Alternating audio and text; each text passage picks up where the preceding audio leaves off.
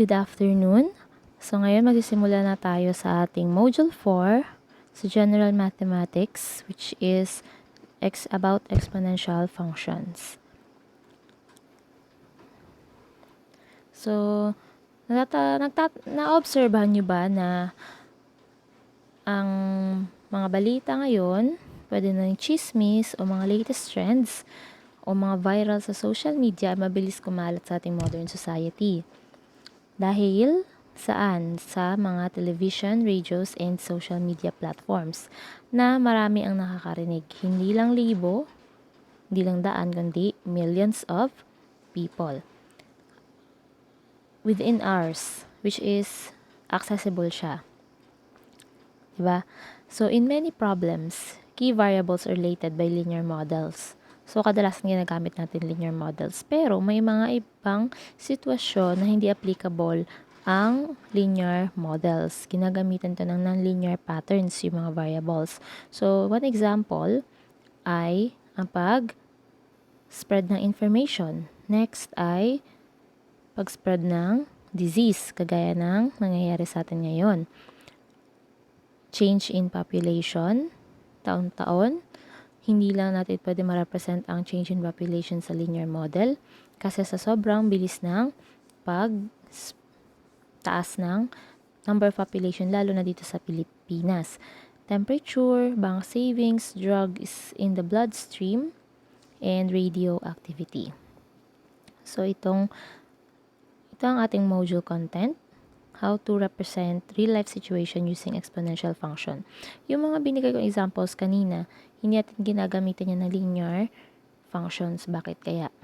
Kasi, applicable siya dito sa ating lesson for today, which is the exponential functions. Malalaman natin yon using what I need to know. Ito yung mga kailangan nyo malaman.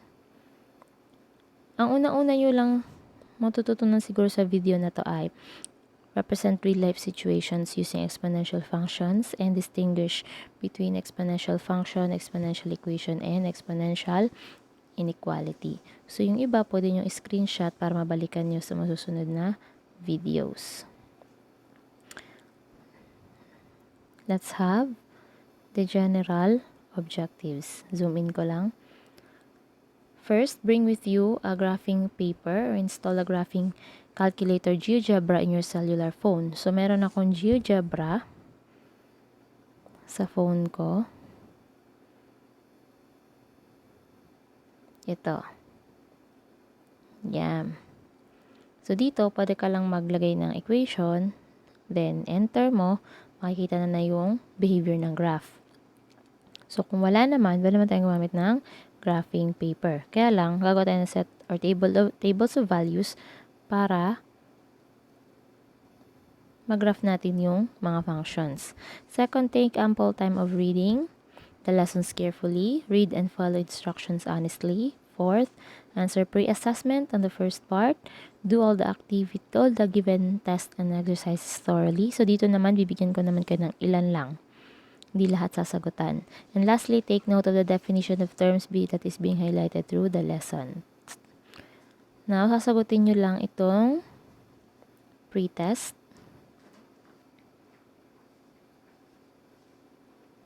And that one. Yan. Ngayon, magpo-proceed na tayo sa first lesson natin kasi we have 3 lessons. First lesson natin ay exponential functions in action. Isagad ko lang ng Zoom. Imagine in a certain school, the school head delivers a message of class suspension due to typhoon. His first goal is to send a message to 2 of his constituents, and his constituent sends a message to another 2, and so on. How much time is needed so that everyone in the school knew the announcement? So, madalas natin itong ginagawa para mag-disseminate ng information, lalo na ngayong pandemic. So, ngayon, hindi na medyo applicable yung suspension due to typhoon kasi lahat tayo nasa mga kanya-kanyang bahay natin na nasasagot ng module. So, since ito yung, for example, face-to-face tayo, no? Ang unang, school head. yung school head ang mag-deliver na message sa mga teachers. Si teacher ay magsisend sa dalawa pang kanyang mga kakilalang teachers, and then yung dalawang teachers na nakatanggap, magsisend ulit ng another 2, and so on. So, how much time is needed so that everyone knew about the announcement?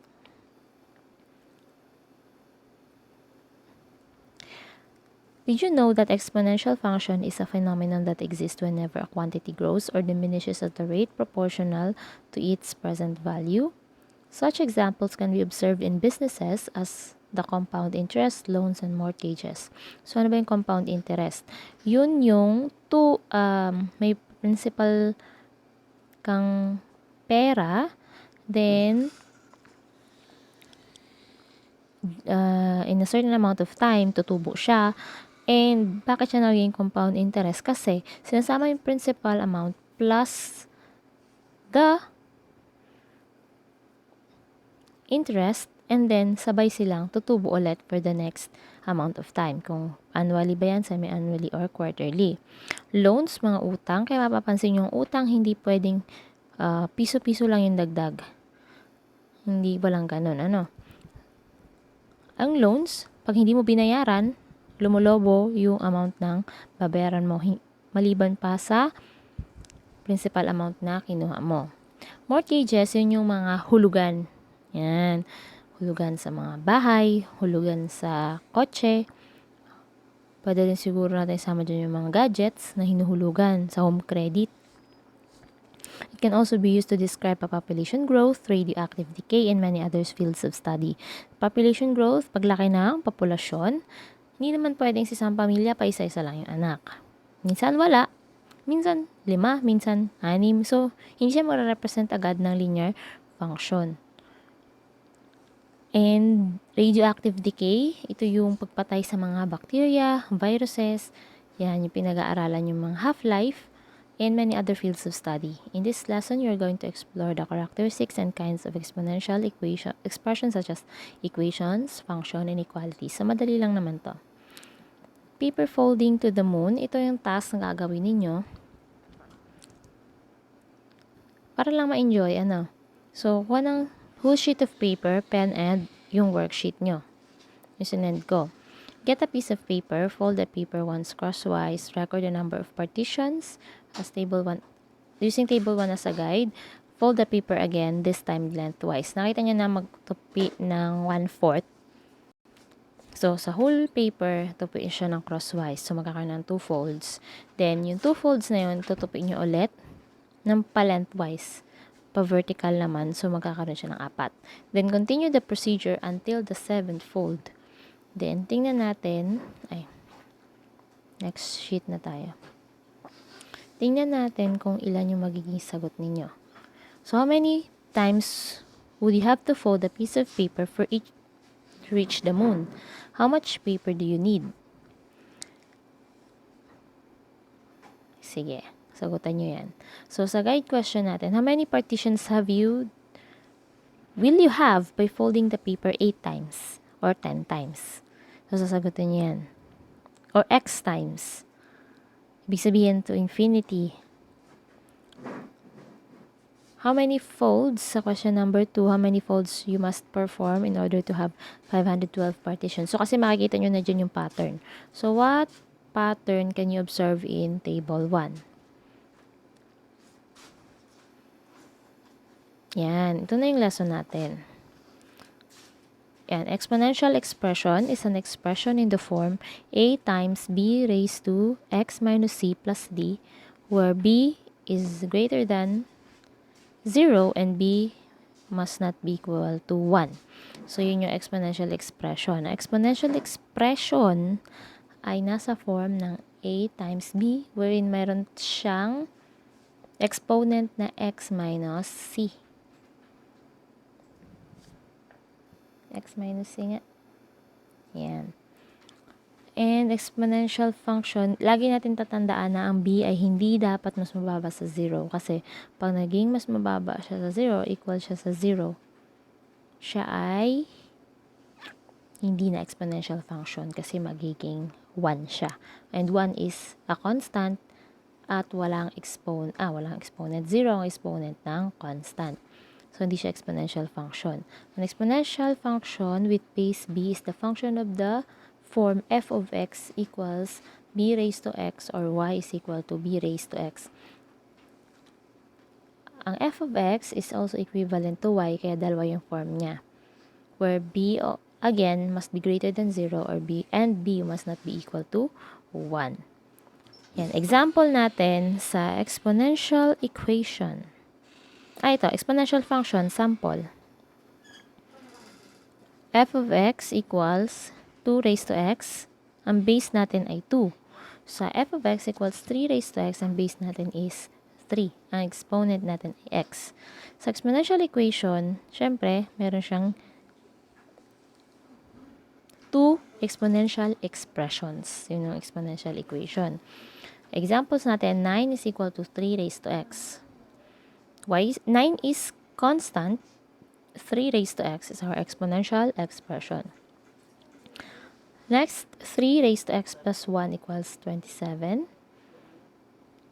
And 25 raised to 2x minus 2 equals 125.